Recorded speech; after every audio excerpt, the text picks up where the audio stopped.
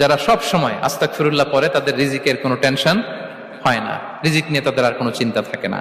আল্লাহ নবী নূহ আলাইহিস সালাম যিনি ওনার জাতিগোষ্ঠীকে বলেছিলেন ফাকুলতু আস্তাগফিরু রাব্বাকুম ইন্নাহু কানা গাফফারা, তোমরা বেশি বেশি ইস্তেগফার পড়ো, তিনি ক্ষমাশীল। ইস্তেগফার পড়লে কি হবে? ইউরসিলিস সামাআ আলাইকুম মিদরারা, রহমতের বৃষ্টি বর্ষণ হবে, তোমাদের জমিগুলো উর্বর হবে। ওয়া ইউমদিদুকুম বিআমওয়ালি ওয়া বানিন, আল্লাহ তাআলা তোমাদেরকে সম্পদে বারাকা দিবেন, সন্তানে বারাকা দিবেন।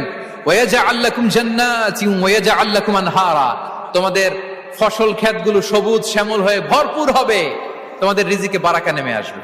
তাহলে আমরা যেন বেশি বেশি ইস্তেগফার করি। বিষ্ণু ঈসা ইসলাম বলেছেন, মান লাযামাল ইস্তিগফার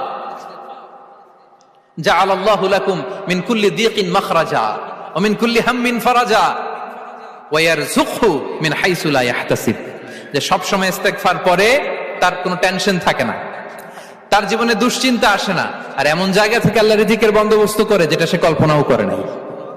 সুবহানাল্লাহ বিহামদি। আমরা যেন বেশি বেশি ইস্তেগফার করি। আস্তাগফিরুল্লাহ, এটা হচ্ছে ভেরি শর্ট ফর্ম অফ ইস্তেগফার। অথবা পড়তে পারেন আস্তাগফিরুল্লাহ আল্লাযী লা ইলাহা ইল্লা হুয়াল হাইয়ুল কাইয়্যুম ওয়া আতুবু ইলাইহি। সাইয়্যিদুল ইস্তেগফার মুখস্থ আছে না আমাদের?